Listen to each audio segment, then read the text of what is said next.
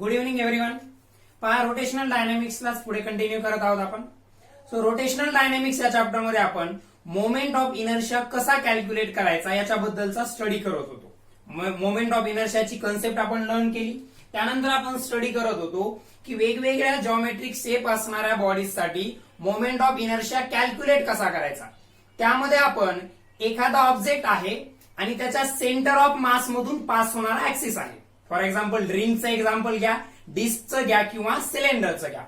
आपण त्या बॉडीसाठी सेंटर ऑफ मास मधून पास होणारा एक ऍक्सिस आणि त्या ऍक्सिसच्या अबाउटचा मोमेंट ऑफ इनर्शिया कॅल्क्युलेट करण्यासाठीची इंटिग्रेशनची मेथड स्टडी केली होती. आणि त्यानंतर लास्ट लेक्चरमध्ये मी तुम्हाला एक थिअरम शिकवला होता जो मोमेंट ऑफ इनर्शिया कॅल्क्युलेट करण्यासाठीच यूज करायचा आहे. तो म्हणजे कोणता थिअरम स्टडी केला होता आपण? Parallel axis theorem. कोणता थिअरम? Parallel axis theorem. आता या पॅरलल ऍक्सिस थिअरमचा यूज काय होता पहा.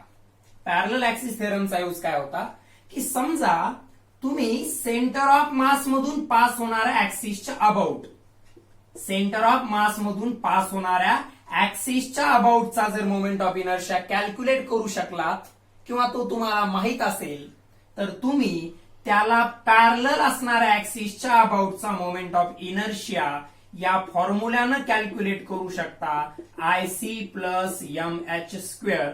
हे आपण त्या पॅरलल ऍक्सिस थिअरम मध्ये स्टडी केलं होतं.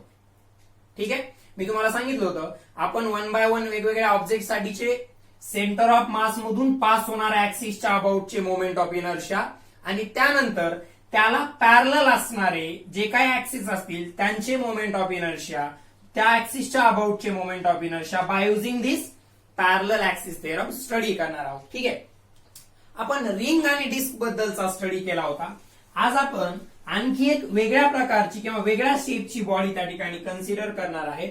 सो हेडिंग आहे आजची मोमेंट ऑफ इनर्शिया. पहा, आपला आणखी परपेंडिक्युलर ऍक्सिस थिअरम बाकी आहे. ठीक आहे, आपण काय करतोय प्रत्येक लेक्चरमध्ये एक नवीन कन्सेप्ट लर्न करतोय आणि त्यासोबतच जी आपण इंटिग्रेशनची मेथड स्टडी केली होती वेगवेगळ्या बॉडीजचा मोमेंट ऑफ इनर्शिया कॅल्क्युलेट करण्यासाठीची, त्या मेथडचा यूज करून दररोजच्या लेक्चरमध्ये आपण एका नवीन शेपच्या बॉडीचा जर मोमेंट ऑफ इनर्शिया कॅल्क्युलेट केला तर तुम्हाला ती एक मेथड जी आहे ती अंडरस्टँड होईल आणि ती तुम्हाला इझी जाईल की कोणत्याही शेपची बॉडी आली तर इंटिग्रेशनच्या मेथडचा यूज करून आपण कशा प्रकारे मोमेंट ऑफ इनर्शिया कॅल्क्युलेट करू शकतो. Okay, so today we are going to calculate the moment of inertia. MI is moment of inertia of a thin rod. Moment of inertia of a thin rod about an axis passing through its center of mass.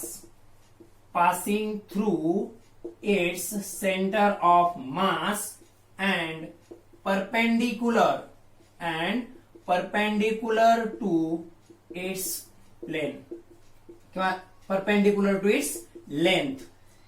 त्या particular rod साठी म्हणजे condition काय पहा, आपल्याला moment of inertia calculate करायचा आहे. कशाचा? रॉडचा कोणत्या ऍक्सिसच्या अबाउट पहा. सपोज हा एक रॉड आहे. Suppose this is a rod. या रॉडची लेंथ आहे L. या रॉडची लेंथ आहे L आणि याचा हा सेंटर आहे किंवा सेंटर ऑफ मास आहे. त्यामधून पास होणारा हा ऍक्सिस आहे आणि लेंथला तो ऍक्सिस परपेंडिक्युलर आहे. एक गोष्ट इथं लक्षात घ्या, रॉड जो आहे that is the thin rod. Rod कशा प्रकारचा आहे? Thin. So we are going to calculate the moment of inertia of a thin rod about an axis passing through its centre of mass and perpendicular to its length. कोणत्या axis साठी? असा axis जो त्या रॉडच्या centre of मास मधून तर pass होतच आहे, सोबतच त्याच्या लेंथला तो रॉड कसा आहे? परपेंडिक्युलर. सो आय होप तुम्हाला ही रीडिंग लक्षात आली असेल किंवा आपल्याला काय लर्न करायचं आहे ते लक्षात आलं असेल. आता सुरुवात करूयात त्याच्या डेरिव्हेशनला. ओके, सो व्यवस्थित समजून घ्यायचंय, नोट करायचं आहे आणि मग पुढे तुम्हाला पॅरलल ऍक्सिस थिअरम स्वतः वापरायचा आहे दुसऱ्या ऍक्सिसच्या अबाउटचा मोमेंट ऑफ इनर्शिया कॅल्क्युलेट करण्यासाठी. ठीक आहे, सो पहा मी इथं डायग्राम ड्रॉ करतोय. सो समजा हा एक रॉड आहे. Suppose this is a rod. याची थिकनेस निग्लिजिबल आहे as compare to the length. Thin रॉडचा अर्थ काय? ही जी थिकनेस आहे as compare to its length कशी असणार आहे? निग्लिजिबल. समजा हा त्याचा सेंटर ऑफ मास आहे आणि या सेंटर ऑफ मास मधून पास होणारा हा ऍक्सिस आहे आणि या ऍक्सिसच्या अबाउटचा त्याचा moment of inertia suppose I C आहे. तर आपल्याला या आय सी चा जो फॉर्म्युला डिराईव्ह करायचा आहे त्याच्यासाठीचं डेरिव्हेशन पाहायचं आहे. सो सपोज त्या रॉडची जी लेंथ आहे एंड टू एंड लेंथ, या रॉडची एंड टू एंड लेंथ आहे सपोज एल. हा सेंटर ऑफ मास असल्यामुळे इकडची जी लेंथ असणार आहे ही L/2 असेल आणि इकडची सुद्धा जी लेंथ असणार आहे ती L/2 असणार आहे. ठीक आहे. आता पहा पुढे, या रॉड साठीचा मोमेंट ऑफ इनर्शिया कॅल्क्युलेट करण्यासाठी आपल्याला परत ती इंटिग्रेशनचीच मेथड यूज करायची आहे. ओके. मग मी काय करतो पहा, हा जो सेंटर ऑफ मास आहे हा सेंटर ऑफ मास समजा आपल्या कोऑर्डिनेट सिस्टीमच्या ओरिजिन सोबत कोइन्साइड झालाय. म्हणजे अशा प्रकारची आपली कोऑर्डिनेट सिस्टीम आहे आणि हा रॉड अशा प्रकारे ठेवलाय जेणेकरून हा सेंटर ऑफ मासचे कोऑर्डिनेट काय येतील 0,0. रॉड अशा प्रकारे त्या कोऑर्डिनेट सिस्टीम वरती ठेवलेला आहे जेणेकरून रॉडचा सेंटर ऑफ मास कशाला कोइन्साइड होईल, रॉडचा सेंटर ऑफ मास ओरिजिनला कोइन्साइड होईल. म्हणजे रॉडच्या सेंटर ऑफ मासचे जे काही पर्टिक्युलर कोऑर्डिनेट असतील ते 0,0 असतील. ओके, हे लक्षात घ्या. आता त्यानंतर मग हा जर सेंटर ऑफ मास जर ओरिजिन असेल तर इकडचं L/2 याला मायनस साइन येईल आणि याला प्लस येईल. कारण आपण ओरिजिनच्या लेफ्टचे डिस्टन्सेस जे आहेत ते निगेटिव्ह मध्ये घेतो आणि राईटचे पॉझिटिव्ह मध्ये. डिस्टन्स कधीही निगेटिव्ह नसतं, अर्थ त्याचा एवढाच होतो की ते ओरिजिनच्या लेफ्टला आहे आणि पॉझिटिव्ह वाला ओरिजिनच्या राईटला आहे. ठीक आहे. सो रॉडची लेंथ L आहे, सेंटर ऑफ मासच्या अबाउट दोन्ही साईडला तो रॉड जो आहे तो इक्वली त्याचं मास डिस्ट्रीब्युट झालंय कारण तो रॉड युनिफॉर्म आहे. रॉड कसा आहे, युनिफॉर्म. त्यामुळे सेंटर ऑफ मासच्या दोन्ही साईडला मासचं डिस्ट्रीब्युशन इक्वली असणार आहे. सपोज त्या रॉडचं टोटल मास हे कॅपिटल एम आहे. त्या रॉडचं टोटल मास किती आहे, कॅपिटल एम आहे आणि त्याची लेंथ L आहे. Now we are going to calculate its moment of inertia by the integral calculus. म्हणजेच इंटिग्रेशनचा यूज करून आपण त्याचा मोमेंट ऑफ इनर्शिया कॅल्क्युलेट करूया. ओके. त्यासाठी मी काय करतोय लक्षात घ्या व्यवस्थित. त्या रॉड वरती एक इनफायनाइट सिमली स्मॉल, याचा अर्थ मी तुम्हाला already सांगितलाय, infinite Simli small element घेतला ज्याचं मास डीएम आहे आणि ज्याची ही जी लेंथ आहे किंवा विड्थ ज्याला आपण म्हणूयात ही सपोज dx आहे. इथे व्यवस्थित लक्षात घ्या. एक इनफायनाइट सिमली स्मॉल एलिमेंट घेतलाय त्याच रॉडचा अलॉंग द लेंथ, त्याची विड्थ किंवा लेंथ जी आहे ती सपोज dx आहे, त्याचं मास dm आहे आणि तो जो सेंटर ऑफ मास पासून x एवढ्या डिस्टन्स वरती आहे. पहा काय केले, त्या रॉड मध्ये एक स्मॉल एलिमेंट घेतलाय ज्याचं मास dm आहे, ज्याची विड्थ सुद्धा इनफायनाइट सिमली स्मॉल आहे dx आणि त्याचं त्या रॉडच्या सेंटर ऑफ मास पासूनचं म्हणजेच या ऍक्सिस पासूनचं डिस्टन्स x आहे. ऍक्सिस पासूनचं डिस्टन्स काय आहे, x. मग त्या स्मॉल एलिमेंटचा मोमेंट ऑफ इनर्शिया काय येईल तर त्याचं मास dm आणि त्याचं ऍक्सिस ऑफ रोटेशन पासूनचं डिस्टन्स x, त्याचा काय घ्यावा लागेल स्क्वेअर. हे त्या रॉडच्या त्या एलिमेंट dm मास असणाऱ्या स्मॉल एलिमेंटचा मोमेंट ऑफ इनर्शिया आला. ठीक आहे. तीच मेथड आहे डिस्क साठी जी आपण वापरली होती. म्हणजे डिस्कला आपण रिंग्स मध्ये डिवाइड केलं होतं, सिलेंडरला आपण डिस्क मध्ये डिवाइड केलं होतं, रॉडला आपण अशा छोट्या छोट्या एलिमेंट मध्ये डिवाइड करू शकतो. मग त्यातल्या एका एलिमेंटचा मोमेंट ऑफ इनर्शिया त्याचं मास किती आहे dm एवढं आणि त्याचं सेंटर ऑफ मास पासूनचं जे डिस्टन्स आहे किंवा त्या ऍक्सिस ऑफ रोटेशन पासूनचं त्याचं जे डिस्टन्स आहे ते x आहे, त्याची विड्थ dx आहे आणि त्याचं ऍक्सिस ऑफ रोटेशन पासूनचं डिस्टन्स हे x असल्यामुळे त्याचा मोमेंट ऑफ इनर्शिया आला dm इंटू एक्स स्क्वेअर. मग आता या रॉडचा जो मोमेंट ऑफ इनर्शिया असणार आहे टोटल तो याचं इंटिग्रेशन असेल. तो काय असणार आहे या dm एक्स स्क्वेअरचं इंटिग्रेशन. कारण dm एक्स स्क्वेअर हा एवढ्याच एलिमेंटचा मोमेंट ऑफ इनर्शिया आला. त्याचं जर इंटिग्रेशन घेतलं तुम्ही तर तुम्हाला त्या रॉडचा एंटायर रॉडचा about that given axis moment of inertia मिळून जाईल. ठीक आहे. आता थोडं फास्ट घेतोय कारण आपण रिंगचं आणि डिस्कचं घेताना ते डिटेल मध्ये घेतलं होतं, ते तुमच्या लक्षात आलं असेल. Let alpha be the mass per unit length, mass per unit length of that rod, of that rod. काय घेतलंय मी एक सिम्बॉल अल्फा घेतलंय. अल्फा म्हणजे त्या रॉडचं मास पर युनिट लेंथ असणार आहे. मग अल्फा इक्वल्स टू काय येईल रे, मास किती आहे त्या एलिमेंटचं डीएम आणि त्याची लेंथ किती आहे dx. Alpha equals to dm divided by dx. Unit length मधलं मास, अल्फा म्हणजे काय टोटल मास त्या एलिमेंटचं डीएम आहे आणि त्याच्या विड्थ डीएक्स न जर डिवाइड केलं तर तुम्हाला मास पर युनिट लेंथ मिळेल. यालाच मी टोटल रॉडचं मास डिवायडेड बाय टोटल रॉडची लेंथ असं सुद्धा लिहू शकतो. ठीक आहे, mass per unit length rod साठी total mass divided by total length जरी केलं किंवा एलिमेंटचं मास डिवायडेड बाय त्या एलिमेंटची लेंथ जरी केलं तर आन्सर काय येणार आहे अल्फाच, म्हणजे मास पर युनिट लेंथ. युनिटची कन्सेप्ट मी तुम्हाला खूप चांगल्या प्रकारे शिकवलेली आहे 11वी मध्ये. So mass per unit length काय असणार आहे alpha, that is dm divided by dx. याला नंतर लिहूयात आपण. म्हणजेच काय, दॅट इज मी त्या डीएम ला काय लिहू शकतो तर डीएम ला लिहू शकतो अल्फा इंटू डीएक्स. डीएम ला काय लिहू शकतो alpha into dx. Therefore I C will be equals to integration of dm च्या जागी अल्फा डीएक्स इंटू हा x square as it is. Therefore I C equals to alpha is a constant. प्रत्येक unit length मध्ये rod uniform असल्यामुळे, rod जो आहे तो uniform असल्यामुळे त्या ठिकाणी प्रत्येक युनिट लेंथ साठीचं मास सेम असणार आहे. म्हणजे मास पर युनिट लेंथ म्हणजे अल्फा कॉन्स्टंट आहे. त्याला इंटिग्रेशनच्या बाहेर घेतलं तर इंटिग्रेशन मध्ये शिल्लक राहिलं एक्स स्क्वेअर डीएक्स. आता प्रश्न पडला what is the limit of integration.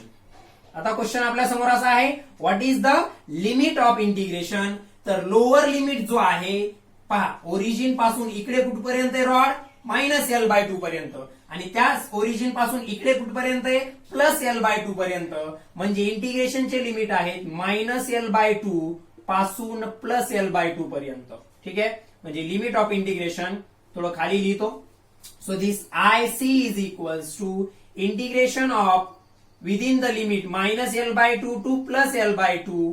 Alpha इंटिग्रेशनच्या बाहेर घेतलाय x square dx. This is the integration. आता याला सॉल्व्ह केलं की आपल्याला फायनल आन्सर मिळेल that is the moment of inertia of this rod.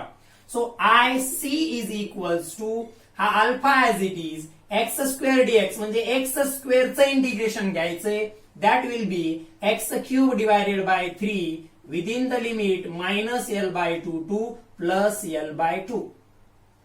ठीक आहे, so this is the equation. याला सॉल्व्ह केलं, याला पुढे इंटिग्रेशन घेतलं, आता लिमिट पुट करून त्याला आपण सॉल्व्ह जर केलं तर आपल्याला फायनल आन्सर मिळेल. परत एकदा पहा, रॉड वरती एक इन्फायनाइटसिमली स्मॉल एलिमेंट मी कन्सिडर केला ज्याचं मास डीएम आहे, ज्याची विड्थ डीएक्स आहे आणि डिस्टन्स जे आहे त्याचं ऍक्सिस ऑफ रोटेशन पासूनच एक्स आहे.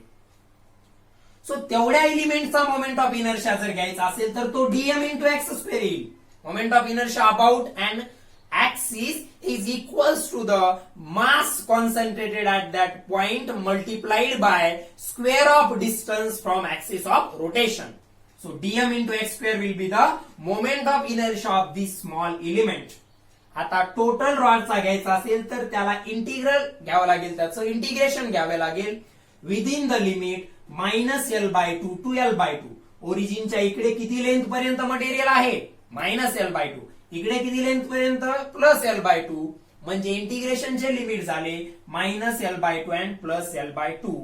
सो पहिल्यांदा त्यानंतर काय केलं, अल्फा घेतला मास पर युनिट लेंथ. मास किती आहे डीएम, त्याची लेंथ डीएक्स म्हणजे मास पर युनिट लेंथ आला अल्फा. म्हणजे आपण डीएम ला अल्फा इंटू डीएक्स लिहू शकतो. ते तिथं डीएमच्या जागी लिहिलं x square as it is. Rearrange करून लिहिलं, इथं इंटिग्रेशन फाइंड आउट केलं. एक्स स्क्वेअरचं इंटिग्रेशन काय आहे एक्स क्यूब डिवायडेड बाय 3. त्याचा रूल आपल्याला ऑलरेडी माहिती आहे. सो पहिल्यांदा हे नोट डाऊन करा, याला इथून पुढे मी आता कंटिन्यू करत आहे. ओके, सो याला नोट डाऊन करून घ्यायचे पहिल्यांदा व्हिडिओला व्यवस्थित पॉज करून आणि पुढच्या स्टेप व्यवस्थित समजून घ्यायच्या आहेत. ही लास्ट स्टेप आहे, इथून पुढे मी कंटिन्यू करतो. सो काय आलंय आपल्याकडे I C is equals to, last स्टेपला आपल्याकडे आलंय आय सी इक्वल्स टू हा अल्फा इंटिग्रेशनच्या बाहेर आहे, सॉरी ब्रॅकेटच्या बाहेर आहे, इथं आलेला आहे x cube divided by 3 and limit of integration -L/2 to +L/2. आता याला आपण सॉल्व्ह कसं करतो? पहिल्यांदा अप्पर लिमिट ठेवायचं व्हेरिएबलच्या जागी. व्हेरिएबलच्या जागी पहिल्यांदा अप्पर लिमिट ठेवायचं, मायनस साइन द्यायचं आणि नंतर लोअर लिमिट ठेवायचं. So IC will be equals to alpha in bracket. एक्सच्या जागी ठेवलं L/2 त्याचा क्यूब मायनस फॉर्म्युला मधलं आलं परत एक्सच्या जागी upper limit minus lower limit. Lower limit काय? -L/2 त्याचा cube bracket close. So IC equals to alpha in bracket. This is L3/8. हे मायनस ऍज इट इज. या -L चा क्यूब आला -L3 divided by 8 bracket close. Total bracket entire bracket close. So IC is equals to alpha in bracket L3 minus minus काय झालं plus. दोघांचा denominator same आहे 8 minus minus addition होईल. Denominator same असल्यामुळे न्यूमरेटरची addition L3 plus L3 2L3. काय आलं? 2L3. Sorry, आता हा जो 3 आहे इथून पुढे पहा. हा 3 मी इथं डिवाइड करतोय अल्फाला. ठीक आहे, तो 3 राहिला होता आपला α/3. पहा, कारण आपण L/2 कशाच्या जागी ठेवलाय? एक्सच्या. आपल्याकडे x3/3 आहे, त्यातल्या एक्सच्या जागी आपण L/2 पुट केलं, परंतु डिनॉमिनेटर मधला 3 कॉन्स्टंट आहे, त्याला ब्रॅकेटच्या बाहेर लिहिलं, तर तो 3 पुढे कंटिन्युएशन मध्ये घ्यायला विसरायचं नाही. ओके, आता इकडे लिहितोय पुढे. सो 2 1 जा 2, 2 4 जा 8. So IC is equals to आपल्याकडे आलाय आता हा पहा, न्यूमरेटर मध्ये L3 आणि L3 आणि अल्फा आणि डिनॉमिनेटर मध्ये हा 4 × 3 12 म्हणजे येईल alpha × L3 divided by 12. Alpha × L3 divided by 12 हा फॉर्म्युला आला IC साठी. But we know that alpha is the mass per unit length. We know that alpha is the mass per unit length. Therefore, IC equals to that alpha is m divided by L. Alpha is m divided by L into this L cube as it is divided by हा 12 as it is. हा L आणि cube cancel होऊन इथं square शिल्लक राहिला. IC is equals to ml² by 12. So this is the formula for moment of inertia of the particular given thin rod about its axis. कोणता axis? Passing through its center of mass and perpendicular to its length. इथपर्यंत already आपण discuss केलं होतं. पुढे काहीच नाहीये, त्याला मॅथमॅटिक्सच्या रूलनं पुढे सॉल्व्ह करत गेलो. अल्फाच्या जागी मास पर युनिट लेंथ, कारण alpha is a mass per unit length, ते पुट केलं. सो m/L दिस L3/12. हा L आणि इथला क्यूब मधला एक L कॅन्सल होऊन तिथं स्क्वेअर शिल्लक राहिला. फायनल फॉर्म्युला आपल्याला मिळाला ml² divided by 12. So this is the moment of inertia of a thin rod having mass capital M and length capital L about an axis passing through its center of mass and perpendicular to its length. Okay, so this is the formula. पहा, integral bodies मध्ये आता काही जणांना प्रश्न पडतो की मास per unit length कधी घ्यायचं, कारण आपण डिस्क मध्ये मास पर युनिट एरिया घेतलं होतं. ठीक आहे, तर लक्षात घ्या इथं आपण, मी तुम्हाला ऑलरेडी पण हे इलेक्ट्रोस्टॅटिक्स मध्ये शिकवलं होतं एकदा, लिनियर म्हणजे ज्यांची लेंथ खूप जास्त असते अदर 2 डायमेन्शनच्या कंपॅरिझन मध्ये, एकच डायमेन्शन जर प्रॉमिनंट असेल तर तिथं मास पर युनिट लेंथ घ्यायचं. जिथं 2 डायमेन्शन प्रॉमिनंट आहेत किंवा पर्टिक्युलरली 2 डायमेन्शन कन्सिडर करावे लागतील, एक निग्लेक्ट करू शकतो. म्हणजे डिस्क मध्ये काय होतं, डिस्क एक अशा प्रकारची प्लेट होती, म्हणजे इथं एरिया कन्सिडर करावा लागतो, फक्त आपण थिकनेस निग्लेक्ट करू शकतो. थिकनेस निग्लेक्ट करून फक्त एरिया कन्सिडर करावा लागतो. जिथं एरिया कन्सिडर करावा लागतो म्हणजे मासचं एरियल डिस्ट्रीब्युशन असतं. सिंपल वे मध्ये सांगतो का, मासचं जिथं एरियल डिस्ट्रीब्युशन असतं तिथं मास पर युनिट लेंथ घ्यायचं. जिथं मासचं लिनियर डिस्ट्रीब्युशन असतं तिथं मास पर युनिट लेंथ घ्यायचं. आणि जिथं मासचं व्हॉल्युमेट्रिक डिस्ट्रीब्युशन झालेलं असेल तिथं मास पर युनिट व्हॉल्यूम घ्यायचं आहे. ठीक आहे, हे आपण चार्ज डिस्ट्रीब्युशन मध्ये पण स्टडी केलं होतं इलेक्ट्रोस्टॅटिक्स. जिथं पर्टिक्युलरली लेंथ खूप जास्त आहे बाकीच्या 2 डायमेन्शनच्या तुलनेत, तिथं आपण काय घेतलं होतं, चार्जचं distribution, linear distribution, areal distribution आणि व्हॉल्युमेट्रिक. तसंच मासचं जर लिनियर डिस्ट्रीब्युशन असेल तर मास पर युनिट लेंथची कन्सेप्ट युज करा. एरियल डिस्ट्रीब्युशन असेल तर mass per unit area use करा. आणि व्हॉल्युमेट्रिक डिस्ट्रीब्युशन असेल तर mass per unit volume that is a डेन्सिटीची कन्सेप्ट युज करा. ठीक आहे, याला व्यवस्थित नोट डाऊन करायचे. आणि याच्याशीच रिलेटेड असणारा ज्यात पॅरलल ऍक्सिस थिअरम युज करायचा आहे असा पर्टिक्युलरली एक होमवर्क तुम्हाला या ठिकाणी देत आहे अगोदर. ठीक आहे, त्यानंतर आपण आपला पॅरलल ऍक्सिस थिअरम कंप्लीट केला होता. परपेंडिक्युलर ऍक्सिस थिअरम आज आपण घेणार आहोत. ठीक आहे, म्हणजे आपल्या बऱ्याच कन्सेप्ट रोटेशनल मोशनशी रिलेटेड क्लिअर होते. ठीक आहे, तर आता तुम्हाला काय करायचंय, मी तुम्हाला या रॉडचा ज्याचं मास कॅपिटल एम आहे आणि ज्याची लेंथ कॅपिटल एल आहे या रॉडच्या सेंटर ऑफ मास मधून पास होणाऱ्या ऍक्सिस साठीचा मोमेंट ऑफ इनर्शिया ml²/12 येतो हे कॅल्क्युलेट करून दिलं. याचं डेरिव्हेशन तुमच्या बुक मध्ये दिलेलं नाहीये, त्यामुळे ते व्यवस्थित समजून घ्यायचे. आता तुम्हाला काय करायचंय, या ऍक्सिसला पॅरलल असणारा परंतु रॉडच्या एंड मधून पास होणारा जो ऍक्सिस आहे त्याच्या अबाउटचा मोमेंट ऑफ इनर्शिया IO, समजा हा पॉइंट O आहे, हा C आहे. सो हा IO तुम्हाला कॅल्क्युलेट करायचा आहे. तुम्हाला ऑब्व्हियसली काय युज करावं लागेल, हे दोन ऍक्सिस पॅरलल असल्यामुळे तुम्ही तिथं पॅरलल ऍक्सिस थिअरम युज करू शकता. ठीक आहे, त्यात आणखी एक घ्या, एक असा ऍक्सिस घ्या जो या सेंटर मधून पास होणाऱ्या ऍक्सिसला तर पॅरलल आहे, परंतु तो सेंटर पासून L/3 एवढ्या डिस्टन्स वरती आहे. पहा, पहिला होमवर्क काय तुमच्यासाठी, या सेंटर ऑफ मास मधून पास होणारा ऍक्सिसला पॅरलल असलेला परंतु रॉडच्या एंड मधून पास होणारा ऍक्सिस, आणि दुसरा आहे या पर्टिक्युलर पॉइंट मधून पास होणारा परंतु तो एंड मधून पास झाला नाहीये, त्याचं सेंटर ऑफ मास पासूनचं, त्या ऍक्सिसचं सेंटर ऑफ मास पासूनचं डिस्टन्स आहे L/3. हे टोटल डिस्टन्स L/2 असतं, परंतु त्याच्यापेक्षा कमी म्हणजे L/3 डिस्टन्स वरती ऍक्सिस आहे. मात्र याला तो काय आहे, पॅरलल. तर हा ऍक्सिस आणि हा ऍक्सिस या दोन्ही ऍक्सिसच्या अबाउटचा रॉडचा मोमेंट ऑफ इनर्शिया तुम्हाला कॅल्क्युलेट करायचा आहे. हा झाला उद्यासाठीचा होमवर्क. ठीक आहे, बऱ्याच जणांनी नोट्स मागच्या लेक्चर्सच्या पण पोस्ट केलेल्या नाहीये, त्या व्यवस्थित दररोजच्या दररोज नोट्स ज्या आहेत त्या ग्रुपवरती पोस्ट करायच्या आहेत, तरच हे लेक्चर असे कंटिन्युएशन मध्ये राहतील, लक्षात घ्या. ठीक आहे, सो होमवर्क लक्षात आला असेल तर आपण आपला न्यू थिअरम जो आहे तो स्टडी करूया. मग एकच कन्सेप्ट राहते रोटेशनल मोशन मधली, ती म्हणजे रेडियस ऑफ गायरेशन. ती आज किंवा उद्याच्या लेक्चरमध्ये डिपेंडिंग ऑन द टाइम आपण ते स्टडी करणार आहोत. मग बाकी सगळ्या कन्सेप्ट या रोटेशनल मोशनशी संबंधित मॅक्झिमम कंप्लीट झालेल्या आहेत. ठीक आहे, म्हणजे रोटेशनल मोशनशी संबंधित असणारा मोमेंट ऑफ इनर्शिया, त्याच्या रोटेशनल मोशनशी रिलेटेड सगळ्या कन्सेप्ट झाल्या नाही, त्यातला बराच पार्ट आणखी बाकी आहे. कंप्लीट काय होईल आपलं रेडियस ऑफ गायरेशन कंप्लीट झाल्यानंतर, की पर्टिक्युलरली मोमेंट ऑफ इनर्शिया आणि त्याच्याशी रिलेटेड असणाऱ्या कन्सेप्ट क्लिअर होतील, कंप्लीट होतील. कारण पुढे अँग्युलर मोमेंटमची कन्सेप्ट वगैरे आपल्या या चॅप्टर मधलं बाकी आहे. ओके, असो. सो आपण पॅरलल ऍक्सिस थिअरम स्टडी केला होता. आता आपण स्टडी करतोय परपेंडिक्युलर ऍक्सिस थिअरम. कोणता थिअरम, परपेंडिक्युलर ऍक्सिस थिअरम. ठीक आहे, नाव परपेंडिक्युलर ऍक्सिस थिअरम साठी पहिल्यांदा लक्षात घ्या, हा प्लेन लॅमिना साठी आहे. कशासाठी आहे, प्लेन लॅमिना.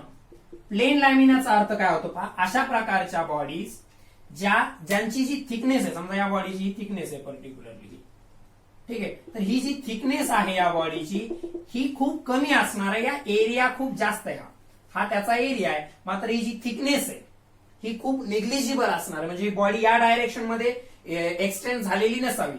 असा एरिया खूप असला तरी चालेल, म्हणजे असतोच, परंतु जी थिकनेस असेल ही थिकनेस खूप निग्लिजिबल असते. अशा प्लेन लॅमिना साठीच आपण युज करणार आहोत, तो म्हणजे परपेंडिक्युलर ऍक्सिस थिअरम.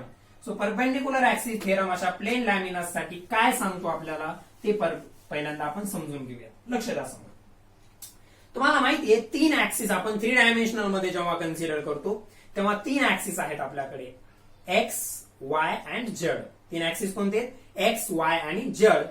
सपोज अशा प्रकारचं एक प्लेन लॅमिना आहे आणि याचा कोणता तरी एखादा पॉइंट आहे, कोणताही असो तो.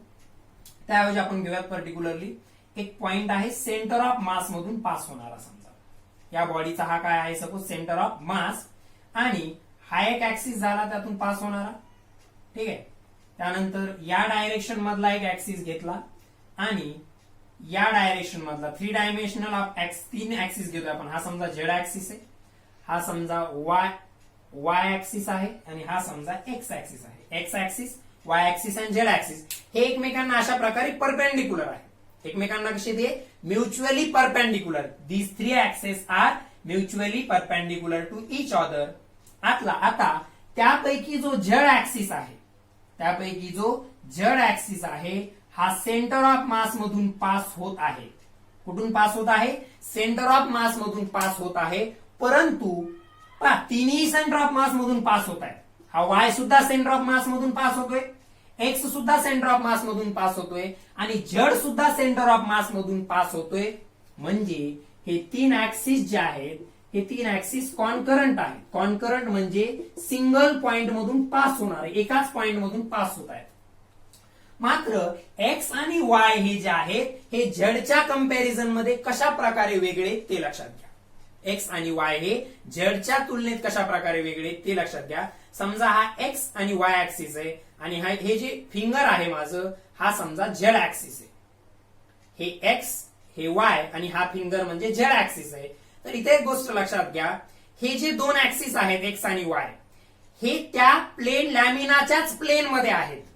प्लेन कळतं ना, x y plane, y z plane आणि एक्स झेड प्लेन. हे 2 ऍक्सिस त्याच प्लेन मध्ये आहेत. अशा प्रकारे समजा हा तो प्लेन लॅमिन आहे, हा झाला एक्स ऍक्सिस समजा आणि हा झाला वाय ऍक्सिस. तर हे दोन्हीही ऍक्सिस त्याच्या प्लेन मध्ये आहेत. एकमेकांना ते परपेंडिक्युलर जरी असतील तरी ते त्याच प्लेन लॅमिनाच्या प्लेन मध्ये आहेत. मात्र झेड ऍक्सिस जो आहे तो त्या प्लेन लॅमिनाला परपेंडिक्युलर आहे. झेड ऍक्सिस जो आहे तो त्या प्लेन लॅमिनाला कसा आहे? परपेंडिक्युलर आहे. पहिल्यांदा ऍक्सिस कसे समजून घ्या. एक्स आणि वाय ऍक्सिस हे त्या प्लेन लॅमिनाच्याच प्लेन मध्ये असणारे ऍक्सिस आहेत. मात्र झेड ऍक्सिस हा त्यांना परपेंडिक्युलर असणारा ऍक्सिस आहे. झेड ऍक्सिस कसा आहे? त्यांना परपेंडिक्युलर असणारा ऍक्सिस आहे. हे मात्र या ठिकाणी लक्षात घ्यायचं आहे. ठीक आहे. मी तुम्हाला इथं कुठून पास होते असं सांगितलं?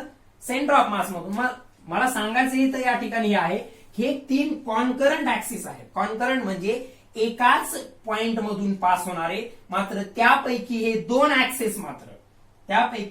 ऍक्सिस मात्र त्याच प्लेन मध्ये आहेत आणि हा जो तिसरा आहे झेड ऍक्सिस हा मात्र त्या प्लेनला परपेंडिक्युलर आहे. हा मात्र त्या प्लेनला कसा आहे? परपेंडिक्युलर. म्हणजे हा प्लेन असेल तर हा झाला झेड ऍक्सिस. ठीक आहे. हा पाम जर प्लेन असेल तर हा झाला झेड ऍक्सिस आणि एक्स आणि वाय हे त्याच्याच प्लेन मध्ये असणारे ऍक्सिस असणार आहेत. ही कंडिशन पहिल्यांदा परपेंडिक्युलर ऍक्सिस थेरम साठी तुम्हाला माहित करून घ्यायची किंवा लक्षात ठेवायची आहे. ठीक आहे. आता मी काय केलं, पर्टिक्युलरली एक पॉइंटला मास कॉन्सन्ट्रेट झालेला आहे असं कन्सिडर केलं. ते मास आहे समजा डीएम एवढं. ते मास काय आहे? डीएम एवढं आहे. इमॅजिन करा ते मास त्याच प्लेन लॅमिनावरती आहे ज्याचं टोटल मास कॅपिटल एम आहे. त्याचं टोटल मास किती आहे? कॅपिटल एम आहे. त्याच प्लेन लॅमिनावरती इनफायनाइटसिमली स्मॉल मास मी घेतलेला आहे. ते मास आहे डीएम एवढं. ते मास किती आहे? डीएम एवढं आहे. आता लक्षात घ्या व्यवस्थित, त्या ऍक्सिस पासूनचे त्या मासचे डिस्टन्सेस पहिल्यांदा पाहूयात आपण. ऍक्सिस पासूनचे त्या मासचे डिस्टन्सेस आपण त्या ठिकाणी कन्सिडर करणार आहोत. सो आपला हा इथं घेतो मी, म्हणजे तुम्हाला लक्षात येईल की तिन्ही प्लेन मध्ये कशा प्रकारे. सो इथून या मास डीएम पासून मी काय केलं, वाय ऍक्सिसला पॅरलल असणारी लाईन एक्स ऍक्सिस वरती ड्रॉ केली आणि एक्स ऍक्सिसला पॅरलल असणारी वाय ऍक्सिस वरती ड्रॉ केली. कारण हा इथं परपेंडिक्युलर असेल. पहा, वायला पॅरलल असणारी ही लाईन एक्सला कशी असणार आहे? परपेंडिक्युलर. ती इथं दिसत नाहीये परपेंडिक्युलर, कारण आपण 3D डायग्राम 2 डायमेन्शनल बोर्ड वरती काढलेली आहे. आणि ही जी लाईन आहे ही पर्टिक्युलरली, ठीक आहे, मी याला कम्प्लीट ब्रॉड लाईन ड्रॉ करतो जेणेकरून दिसेल व्यवस्थित. सो ही जी लाईन आहे this is parallel to x axis म्हणजे परपेंडिक्युलर टू वाय ऍक्सिस. आणि ही जी लाईन आहे this line is parallel to y axis म्हणजेच परपेंडिक्युलर कोणाला झाली ती? ही पॅरलल टू वाय ऍक्सिस वाली एक्सला perpendicular, parallel to x axis वाली वाय ला परपेंडिक्युलर, म्हणजे इथं हा अँगल जो आहे हा 90 डिग्री आहे, इथं हा जो अँगल आहे हा सुद्धा 90 डिग्री आहे. आता हे जे याचं झेड ऍक्सिस पासूनचं डिस्टन्स या डीएमचं जे आहे ते दाखवण्यासाठी मी याला इथं अशा प्रकारे जॉईन केलं. आता व्यवस्थित लक्षात घ्या, पॉइंट्सला मी नावं देतोय. हा सी आहे, समजा हा पॉइंट ए आहे, हा पॉइंट बी आहे, सॉरी ठीक आहे आपण टर्म्स मध्ये घेऊया. हा ए, हा बी, हा सी आणि हा पॉइंट आहे समजा डी. ठीक आहे, तिथे एक काय झालेलं आहे, पॅरलेलोग्राम तयार झालेला आहे. ठीक आहे, पॅरलोग्राम म्हणण्यापेक्षा पर्टिक्युलरली पहा, हे इथं परपेंडिक्युलर आहे, हे इथं परपेंडिक्युलर आहे. ते वाटत का नाहीये परपेंडिक्युलर, कारण आपण 3 डायमेन्शनल डायग्राम या 2 डायमेन्शनल बोर्ड वरती ड्रॉ केली. पहिल्यांदा इथं परपेंडिक्युलर ऍक्सिस थिअरम वापरताना एक गोष्ट लक्षात ठेवा, त्या बॉडी मध्ये काय आहेत, आपण 3 ऍक्सिस कन्सिडर केले अशा प्रकारचे. ते 3 कॉन्करंट आहेत, म्हणजे ते एका पॉइंट मधून पास होत आहेत, सेंटर ऑफ मास मधून. ठीक आहे, आता पुढची कन्सेप्ट काय, तर त्यांचे आपण काय केले, डिस्टन्सेस घेतले. एक लाईन आपण एक्स ला पॅरलल ड्रॉ केली जी वाय ला परपेंडिक्युलर असेल, एक वाय ला पॅरलल ड्रॉ केली ती एक्स ला परपेंडिक्युलर असेल, आणि हे जे डिस्टन्स आहे हे डिस्टन्स सी पासून ए पर्यंत हे त्या मास डीएमचं कोणापासूनचं डिस्टन्स आहे, झेड ऍक्सिस पासूनचं. कोणापासूनचं डिस्टन्स आहे, झेड ऍक्सिस पासूनचं डिस्टन्स आहे. आता व्यवस्थित लक्षात घ्या, इथे एक रेक्टँगल तयार झाला. इथे काय तयार झालाय, रेक्टँगल तयार झालाय. हे परपेंडिक्युलर आहे, आपल्याला जरी ते जाणवत नसेल इथं तरी. ठीक आहे, सो आता काय कन्सिडर करतो मी या ठिकाणी पहा, तर हा AB जो आहे तो सीडीच्या इक्वल आहे. Here this AB is equals to CD. AB कशाच्या इक्वल आहे, सीडीच्या, आणि BC इक्वल आहे एडीच्या. AB is equals to CD, AB is equals to CD and this BC is equals to AD. हे लक्षात घ्या, BC इक्वल्स टू एडी, हे मात्र पहिल्यांदा इथे लक्षात घ्यायचं आहे. आता आपण या पर्टिक्युलर मास डीएमचा moment of inertia about x axis consider करूया. सो या डीएमचा about x axis moment of inertia काय असेल, ते मास डीएम आणि एक्स ऍक्सिस पासूनचं त्याचं परपेंडिक्युलर डिस्टन्स. या डीएमचं या एक्स ऍक्सिस पासूनचं परपेंडिक्युलर डिस्टन्स आहे AB, म्हणून त्या एबीचा काय आला, स्क्वेअर. परंतु हा moment of inertia about x axis जो आलेला आहे याला आपण IX म्हटलं, परंतु तो कोणाचा आहे, फक्त या मास डीएमचा आहे.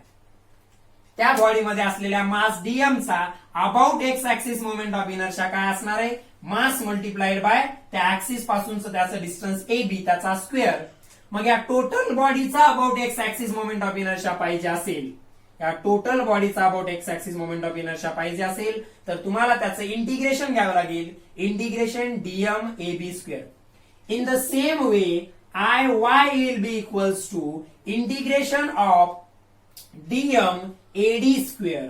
डीएम ब्रॅकेट मध्ये हा AD त्याचा स्क्वेअर अँड I जड इक्वल्स टू I सफिक्स जड इक्वल्स टू हे distance AC, integration of DM in bracket AC चा काय आला, स्क्वेअर आला. AC चा काय आलेला आहे, स्क्वेअर आलेला आहे. इथपर्यंत आय होप तुमच्या लक्षात आलेलं असेल. डीएमचं घेतलं अबाउट एक्स ऍक्सिस, ते डीएम AB स्क्वेअर आलं. टोटल बॉडीसाठी इंटिग्रेशन घेतलं. सेम वे मध्ये वाय अँड झेड ऍक्सिस साठी सुद्धा आपण ते घेऊ शकतो. ठीक आहे, याला व्यवस्थित पहिल्यांदा नोट डाऊन करून घ्या. ठीक आहे, मी डायग्राम वाटलं तर आणखीन थोडी छोटी ड्रॉ करतो जेणेकरून आपल्याला त्याला डिराईव्ह करता येईल. ते तसंच ठेवतो लिहिलेलं. ठीक आहे, कोणता थेरम आपण स्टडी करत आहोत, we are studying the perpendicular axis theorem, ज्यामध्ये एक ऍक्सिस त्या बॉडीच्या प्लेनला परपेंडिक्युलर आहे आणि दुसरे 2 त्या बॉडीच्याच प्लेन मध्ये आहेत. मात्र हे 3 ऍक्सिस एकमेकांना म्युच्युअली परपेंडिक्युलर आहेत. डायग्राम थोडी छोटी ड्रॉ करतोय.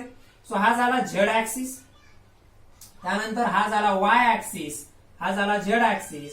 हे पॉइंट C आहे सपोज सेंटर ऑफ मास, आणि हा आहे समजा एक्स ऍक्सिस. सो आपण इथं डीएम मास घेतलं होतं. हे जे मास घेतलं होतं डीएम, तुम्हाला ही डायग्राम दिसत नसेल तर तुम्ही तीच डायग्राम जी आहे इथं ड्रॉ केली होती मोठी, ती पहिल्यांदा तुमच्या नोटबुक मध्ये नोट डाऊन करून घ्या. इथं याच्यावरती परपेंडिक्युलर ड्रॉ केला, याच्यावरती परपेंडिक्युलर ड्रॉ केला, यांना नावं दिली. हा पॉइंट A, हा B आणि हा पॉइंट झाला C, आणि हे इथं याला जॉईन केलं. आता लक्षात घ्या, इथं हे परपेंडिक्युलर आहे आणि इथं हे परपेंडिक्युलर आहे. आता इथं मी एक राईट अँगल ट्रायंगल कन्सिडर केला ए बी सी आणि हा पॉइंट आहे डी. इथे एक राईट अँगल ट्रायंगल मी कन्सिडर करतोय इन ट्रायंगल एसीडी. एसीडी हा एक राईट अँगल ट्रायंगल आहे आणि त्या एसीडी राईट अँगल ट्रायंगल मध्ये काय असेल पहा, हा 90 डिग्री अँगल असल्यामुळे त्याच्या अपोजिटची साईड म्हणजे ही एसी. तुम्ही इथं जी मोठी डायग्राम ड्रॉ केली होती ती व्यवस्थित ड्रॉ करून घेतली असेल नोटबुक मध्ये, तर तुम्हाला या डायग्राम कडे पाहायची आवश्यकता नाहीये. So in right angle triangle ACD काय असेल, this AC square is equals to this AC square will be equals to CD. पहा AC काय आहे, hypotenuse, equals to CD square plus AD square. अशा प्रकारचं त्या राईट अँगल ट्रायंगल वरून Pythagoras थेरमनं आपल्याला एक इक्वेशन मिळालं. AC square equals to CD square plus AD square. आता काय केलं पहा, सॉरी एक मिनिट. सो CD जो आहे, CDच्या ऐवजी आपण काय घेऊ शकतो, AB. का बरं करतोय असं पहा, मला इथले डिस्टन्सेस पाहिजेत. आपण जे एक्स वाय आणि झेड ऍक्सिसच्या अबाउटचे मोमेंट ऑफ इनर्शिया घेतलेले आहेत तिथले डिस्टन्सेस पाहिजेत. एसी आहे, एडी सुद्धा आहे, मात्र एबी नाहीये. मात्र आपण सीडीला एबी न रिप्लेस करू शकतो. मग मी याला देअरफोर असं लिहू शकतो, एसी स्क्वेअर इक्वल्स टू सीडीच्या ऐवजी आपल्याला लिहायचंय एबी प्लस हा AD square as it is. AD square as it is. आता पुढे एक ऍडजस्टमेंट करतोय मी, या डीएम न एंटायर इक्वेशनला मल्टिप्लाय केलं तर येईल dm AC square equals to dm AB square plus dm AD square.